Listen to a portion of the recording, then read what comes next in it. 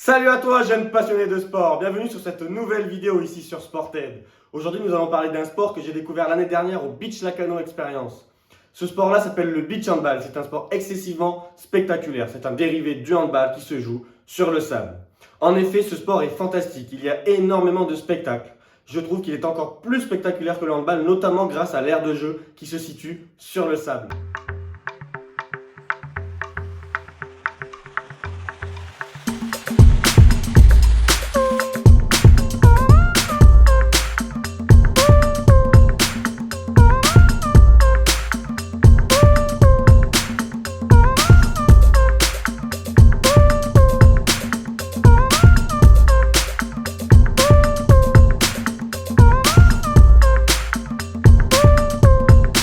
En effet, c'est un sport qui reste semblable effectivement au handball, étant donné que ça s'appelle du beach handball. Effectivement, c'est du handball sur du sable. Maintenant, il y a beaucoup plus de 1 contre 1 entre le gardien et l'attaquant qui sont davantage spectaculaires, notamment avec des kung-fu comme on le dit, et avec aussi des 360 pour marquer plus de buts.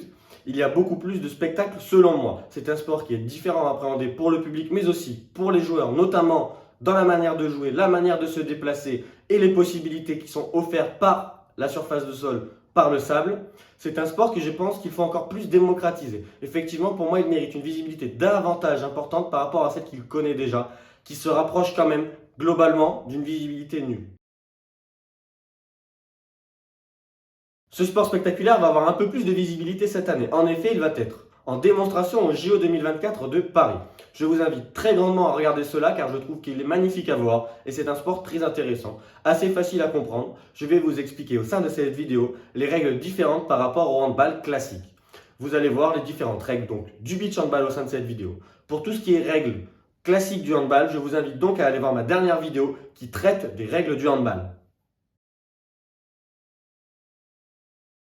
Effectivement, il y a deux grandes différences par rapport au handball. Donc, dans un premier temps, ça va être la surface de jeu, la surface sableuse au sol, qui va permettre d'avoir davantage de spectacles ou plutôt de gestes dits spectaculaires qui vont pouvoir être davantage des sauts, davantage d'interceptions en l'air, davantage de passes en l'air et d'interceptions, enfin de contrôle puis de jeu en l'air, davantage de jeux aériens et spectaculaires.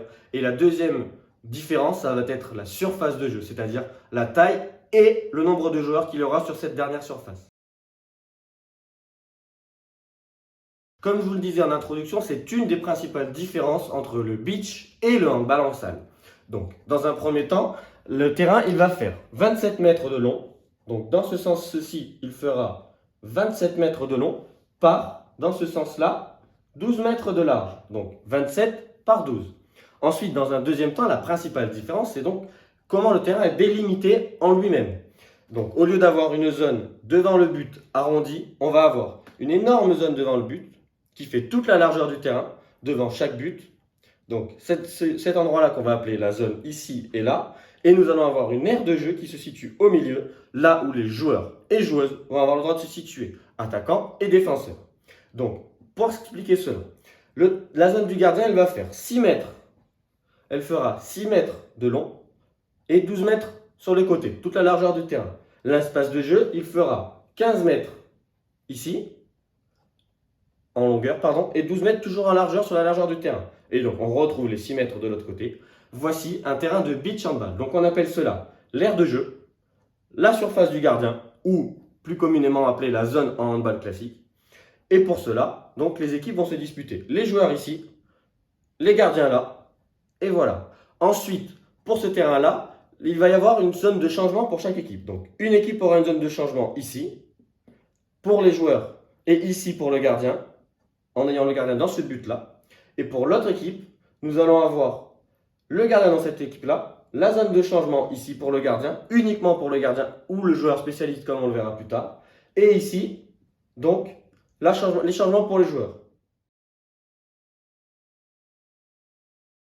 Alors, la deuxième règle, ça va être le temps de jeu et l'entame du match. Alors, effectivement, dans un premier temps, l'entame de match va être différente du handball classique. Nous n'allons pas faire un engagement comme en salle, mais nous allons faire comme au basket, un jet d'arbitre entre deux joueurs ou deux joueuses. Et donc, les autres joueurs et les autres joueuses vont se positionner n'importe où sur l'aire de jeu. Les deux joueurs qui sont avec l'arbitre se positionnent au milieu et donc disputent le ballon après le jet de l'arbitre. Nous le verrons dans les prochaines règles comment cela se déroule précisément. Ensuite, dans un deuxième temps, le temps de jeu va être différent avec du handball en salle. En effet, on va partir sur 2 périodes de 10 minutes avec 5 minutes de mi-temps entre les deux. Pourquoi 2 périodes de 10 minutes? Notamment parce que le fait de jouer dans le sable demande de gaspiller beaucoup plus d'énergie que de jouer en salle et il va donc réduire le temps pour éviter de fatiguer davantage les joueurs et les joueuses. Alors, pour ce qui est différent sur les 2 périodes, c'est que le match ne se déroule pas, entre guillemets, le résultat ne compte pas à la fin des 2 périodes. C'est pas au bout de 20 minutes qu'on compte le score de chaque équipe, mais à la fin de chaque période. On peut appeler ça un peu un match aller-retour, comme un match de Ligue des Champions, comme on l'a vu avec le PSG qui s'est fait éliminer par Dortmund au mois de mai, il y a très peu de temps. Donc, chaque période va être un match, ou le match aller, ou le match retour, comme on veut le dire. L'équipe qui gagne un match va être soit celle qui remporte les 2 périodes, soit celle qui gagne après ces 2 périodes par une séance de shootout. On verra dans les règles précisément plus tard, les règles de chacune de ces parties, la précision exacte. Et si à la fin d'une période il y a égalité, on part sur un golden goal ou un but en or entre les deux équipes pour savoir quelle équipe gagne la période, car nous devons avoir absolument un gagnant à la fin de chaque période de jeu. Ensuite, la troisième règle, ça va être le ballon. Il va effectivement être un peu différent par rapport au handball en salle, il va être légèrement plus petit. On va partir sur un ballon qui fait entre 54 et 56 cm de circonférence pour les garçons avec 350 à 370 grammes en termes de poids. Et pour les filles, ce sera un ballon qui fait entre 50 et 52 cm de circonférence et entre 280 et 300 grammes pour ce qui est du poids. On aura 2 ballons de réserve obligatoires dans un match de beach handball qui seront situés derrière les buts pour éviter la perte de temps si on doit aller chercher le ballon loin, derrière un but par exemple. Donc, dans un premier temps, en match de beach handball, on aura maximum 10 joueurs sur la feuille de match. 10 joueurs maximum sur la feuille de match. Et pour commencer un match, on va devoir avoir au moins 6 joueurs sur cette feuille-là. Donc, 10 max et 6 mini sur la feuille de match.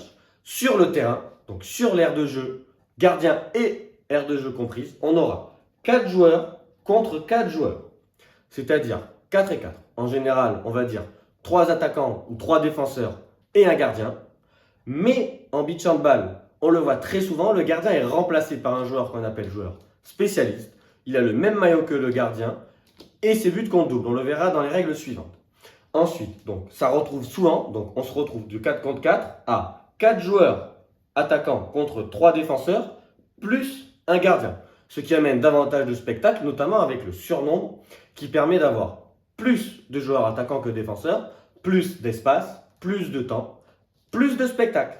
En beach handball, les changements ils seront illimités tant qu'ils se font dans l'aire de changement. Donc, l'aire de changement, c'est ce que je vous ai montré à la première règle. C'est ce qui va être sur le côté du terrain. Chaque équipe a son côté pour faire ses aires de changement. Et le gardien et donc le spécialiste doivent rentrer dans l'aire de changement de leur côté, mais du côté de la zone du gardien. Ensuite, l'équipement, ça va être short et débardeur pour les filles. Et pour les garçons, il n'y a pas de différence. Ça va être des couleurs distinctes entre les deux équipes et des couleurs distinctes entre l'équipe et le gardien ou le joueur dit spécialiste qui remplace le gardien sur les phases offensives. Ensuite, s'il y a un saignement, tout joueur sort, règle le saignement, change les équipements si c'est nécessaire et revient après. Toujours ne pas oublier le petit pansement qui fait du bien, bisous magiques et ça repart. S'il y a une entrée illicite d'un joueur sur le terrain ou d'une personne extérieure, enfin d'une personne du staff, il y aura donc une exclusion et l'équipe se retrouvera donc à -1 sur le terrain. Donc au lieu d'être 4 contre 4, ce sera 3 contre 4. Donc très souvent, 2 joueurs plus un gardien en défense ou 3 joueurs contre 3 joueurs en attaque.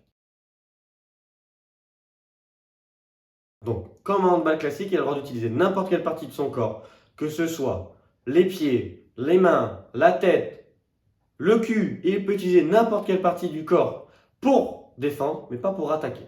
Ensuite, il va pouvoir rentrer et sortir n'importe quand du match en dehors des jets de 6 mètres de sa position, ou plutôt du terrain, sur la ligne de touche du côté de son équipe, qu'on appellera donc l'aire de changement du gardien, comme vous l'avez vu dans la première règle.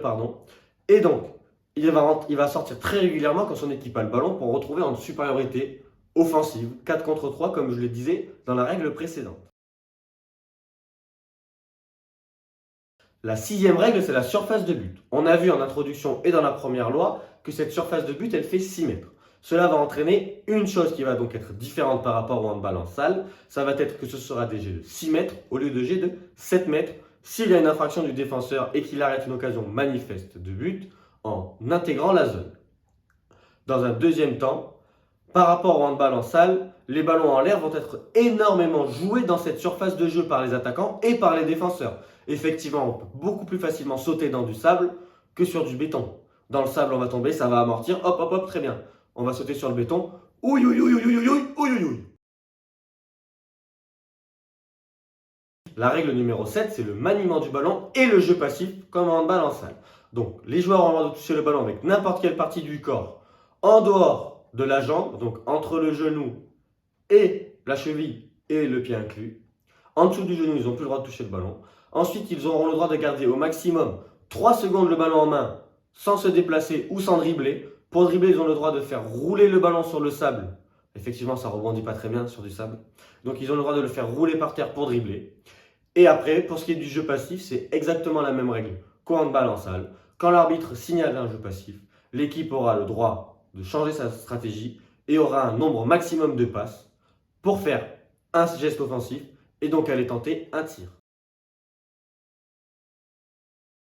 Pour ce qui est de la 8e règle qui parle des irrégularités des comportements antisportifs, je vous invite à aller voir ma vidéo sur le handball que je vous mets dans le petit i parce que c'est exactement les mêmes règles. La règle numéro 9, ça va être la validité des points et la détermination du vainqueur du match. Cette règle-là est une grande différence avec le handball en salle. En effet, pour ce qui est de la validité des points, il y a deux choses possibles. Des buts qui vont valoir 1 point, entre guillemets les buts dits classiques, tir en suspension, tir en dehors de la zone, etc. Ce sera donc des buts qui vaudront 1 point. Et pour les buts qui vaudront donc 2 points, ce sera les buts qui seront considérés comme spectaculaires. Donc par exemple, le ballon, avant de tirer, je fais un 360, puis je tire. Là, ça vaudra 2 points. Pour un Kung Fu, ça vaut aussi 2 points parce que c'est considéré spectaculaire. Donc cela va entraîner donc effectivement davantage de spectacles, davantage de gestes spectaculaires tentés pour marquer plus de buts qui valent 2 points que de buts qui valent 1 point, soit pour rattraper l'adversaire, soit pour le dépasser, soit pour augmenter notre score. Davantage, on va avoir plus de spectacles, donc cela entraîne plus de spectacles pour les attaquants. Un Kung Fu, qu'est-ce que c'est? Un Kung Fu, c'est un geste technique du handball, c'est-à-dire que sur une passe de mon coéquipier, pendant ma phase de suspension, j'attrape le ballon en l'air et je tire le tout dans ma phase de suspension. Ça s'appelle un Kung Fu, geste technique. C'est considéré spectaculaire, ça vaut donc 2 points au beach handball. Ensuite, pour ce qui vaut 2 points, il y aura aussi donc les buts du gardien. Donc ça aussi entraînera plus de spectacles parce que le gardien aura davantage de chances de tenter, d'opportunités et surtout davantage d'intérêt de tenter sa chance pour marquer un but, pour rapporter 2 points à son équipe. Et le joueur spécialiste donc qui remplace le gardien sur le terrain, cela compte aussi 2 points. Donc ça entraîne plus de spectacles aussi parce que les défenseurs vont davantage avoir leur attention portée sur le joueur spécialiste et laisser un peu plus d'espace donc pour les autres joueurs qui vont avoir potentiellement plus de chances d'offrir une occasion spectaculaire et un but qui vaut donc 2 points. Ensuite, pour ce qui est des vainqueurs du match, la différence avec le handball, comme je le disais dans la règle sur le temps de jeu, c'est qu'il n'y a pas de vainqueur, entre guillemets. Si sur les 2 périodes il y a match nul, il n'y a pas de vainqueur. C'est-à-dire que le vainqueur, c'est ou l'équipe qui va remporter les 2 périodes, donc la première période de 10 minutes, puis la deuxième période de 10 minutes est remportée par la même équipe. Cette équipe-là gagne donc le match. Ou alors, si chacune des équipes gagne une des 2 périodes, on va partir sur une séance qu'on va dire penalty, mais c'est une séance de shoot-out au handball. Et donc, dans cette séance de shoot-out, on déterminera le vainqueur. Pour ce qui est de cette séance de shoot-out, ça va être semblable à une séance de jet de 7 mètres de handball, seulement la différence sont entre guillemets grandes dans l'exécution. Sur le papier, sur l'organisation, c'est la même. On part sur une séance de 5 joueurs qui vont être en rôle de tireurs. Et donc, à la fin de ces 5 tirs, on détermine l'équipe qui gagne. Ou s'il n'y a pas, on part sur une mort subite avec alternance donc, de l'ordre de passage et sur une nouvelle série de 5 tirs. Avec une mort subite, donc dès qu'une équipe prend l'avantage, cette équipe-là est considérée vainqueur. En revanche, une séance de shoot-out, ce n'est pas des tirs classiques. Une séance de shoot-out, ça va être un joueur et son gardien face à un adversaire qui va donc être face à un gardien. Pour ce faire, l'attaquant se positionne sur le côté, un pied sur la ligne, au niveau de la zone de son gardien, enfin juste devant la zone de son gardien, pardon. Il fait la passe à son gardien, qui aura donc, lui, 3 secondes, donc la règle de garder le ballon 3 secondes dans la main, il aura 3 secondes pour faire un choix. Soit il tire, soit il donne à son partenaire. Pour cela, donc, et ensuite, l'objectif, ça va être de marquer. Et sur une séance de shoot-out, on garde le même principe de comptabilisation des points, 1 point et 2 points en fonction du but marqué. La 10e règle, ça va être le jet d'arbitre pour l'entame du match. Donc ça se fait à chaque début de période de jeu. Donc la première période, la deuxième période ou le golden goal. On fait aussi un jet d'arbitre sur le golden goal. On ne garde pas le ballon pour l'équipe qui l'avait en main. On refait un jet d'arbitre. Donc pour ce faire, on met 2 joueurs au milieu du terrain avec l'arbitre. Chacun du côté de son but. Donc chaque joueur se met du côté de son but. Tous les autres joueurs sont n'importe où sur la surface de jeu, à 3 mètres minimum des 2 joueurs qui vont exécuter le jet d'arbitre. Et le ballon il sera jouable une fois qu'il aura atteint son point le plus haut de sa trajectoire. La règle numéro 11, je vous invite aussi à aller voir ma vidéo sur le handball que je vous laisse dans le petit i parce que ça reste les mêmes règles pour les règles de la remise en jeu. Pour la deuxième règle qui est le renvoi, on reste sur des règles semblables donc au handball en salle, je vous laisse aller voir ma vidéo précédente sur le handball. Ensuite, par contre, il y a une différence. C'est que après chaque but, on ne repart pas sur un engagement au milieu du terrain, mais on repart par un renvoi du gardien après chaque but. Et pour un remplacement, donc puisque le gardien a le droit de sortir n'importe quand, il a le droit de sortir uniquement après avoir réalisé son renvoi. Il ne peut pas être remplacé pour faire le renvoi. Encore une fois, pour la règle numéro 13, je vous laisse aller voir la vidéo sur le handball. Pour ce qui est du jet franc, c'est exactement les mêmes règles qu'au handball en salle. La règle numéro 14, ça va donc être la règle des jets de 6 mètres. Et non plus des jets de 7 mètres comme au handball en salle, car nous sommes sur des jets de 6 mètres au beach handball. Pour savoir comment est obtenu un jet de 6 mètres, ou comment il est donné à une équipe, je vous laisse aller voir ma vidéo sur le handball, ma vidéo précédente sur le handball, tout est expliqué dedans. Ensuite, pour les différences qui sont propres au beach handball, si un attaquant il reste maître de son ballon et surtout de son équilibre et qu'il tient donc avantage de sa position, il n'y aura pas de jet de 6 mètres obtenu pour cet attaquant suite à une irrégularité. En tout cas, par contre, il peut y avoir une sanction pour le joueur qui commet l'irrégularité. Ensuite, tout jet de 6 mètres vaut 2 points. Donc ça permet d'avoir davantage de spectacle car les défenseurs vont éviter d'avoir ce jet de 6 mètres là justement pour ne pas concéder 2 points suite à une faute ou une irrégularité. Et pour l'exécution, on est exactement pareil que sur un jet de 7 mètres pour le lanceur. Mais pour les adversaires, on va devoir se situer à au moins 1 mètre du lanceur. Au handball en salle, c'était 3 mètres pour les défenseurs, C'était 3 mètres par rapport au lanceur ou derrière la ligne de jet franc. Au beach handball, c'est à au moins 1 mètre minimum du lanceur. Et pareil, il est considéré lancé une fois que le ballon a quitté la main du lanceur. Parce que s'il est dans sa main, il n'a pas lancé le ballon. Et ensuite, il n'a pas le droit de retoucher le ballon s'il n'a pas touché ou le montant d'un but ou un adversaire. Bon, le gardien, en général, le ballon lui revient très rarement sur lui. La règle numéro 15, c'est les instructions générales pour l'exécution des jets. Alors, c'est exactement les mêmes qu'au handball en salle. Donc, je vous laisse aller voir la vidéo dernière sur le handball. Et il est impossible de marquer sur un jet d'arbitre. Donc, on n'a pas le droit de taper le ballon en l'air pour qu'il marque. On doit forcément faire une passe derrière. Ou sur un renvoi du gardien. La règle numéro 16, c'est les sanctions. Je vais donc vous donner les différentes sanctions qui sont différentes et modifiées par rapport au handball en salle. Donc, pour ce qui est d'une exclusion, on n'est plus sur 2 minutes d'exclusion, mais on est sur une exclusion jusqu'au changement de possession du ballon. C'est-à-dire qu'à partir du moment où le ballon change de possession, l'exclu a le droit de revenir sur le terrain ou d'être remplacé par un partenaire. Au bout de 2 exclusions, on reste sur une disqualification comme en handball classique. Ensuite, si sur une séance de shoot-out, le gardien sort de sa surface de réparation et met en danger, de sa surface de but, et met en danger l'intégrité physique de son adversaire, il y aura donc aussi une disqualification. Tout comportement antisportif sur une séance de shootout, c'est une disqualification. Et suite à une disqualification d'un joueur en jeu, le joueur il peut être remplacé après le premier changement de possession de balle, donc sur le même temps qu'une durée d'exclusion. Et le disqualifié, lui ne pourra pas revenir sur le terrain, et ce jusqu'à la fin du match au minimum. La 17e règle, c'est les arbitres. C'est exactement comme en salle, on va avoir deux arbitres sur le terrain et ils ont les mêmes règles que sur le handball en salle. La seule modification, ça va donc être sur le jet d'arbitre où effectivement un arbitre va être mobilisé pour réaliser le jet, que ce soit au début de l'entame d'une période de jeu ou pour lancer le golden goal.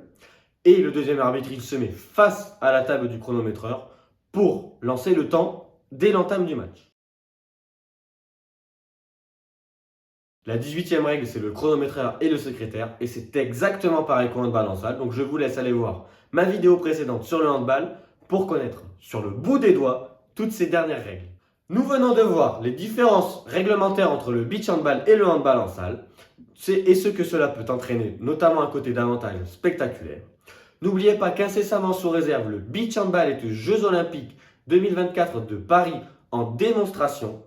Je vous invite à regarder cela très sérieusement. Je vous invite à le regarder car c'est ma plus belle découverte de l'année 2023, la découverte du beach handball. J'ai trouvé cela très spectaculaire, fantastique. Je me suis régalé, vraiment. Et merci au Beach Lacano Experience d'avoir eu lieu au moment où je suis allé à Lacano. C'est un coup de chance, mais c'est une découverte magnifique.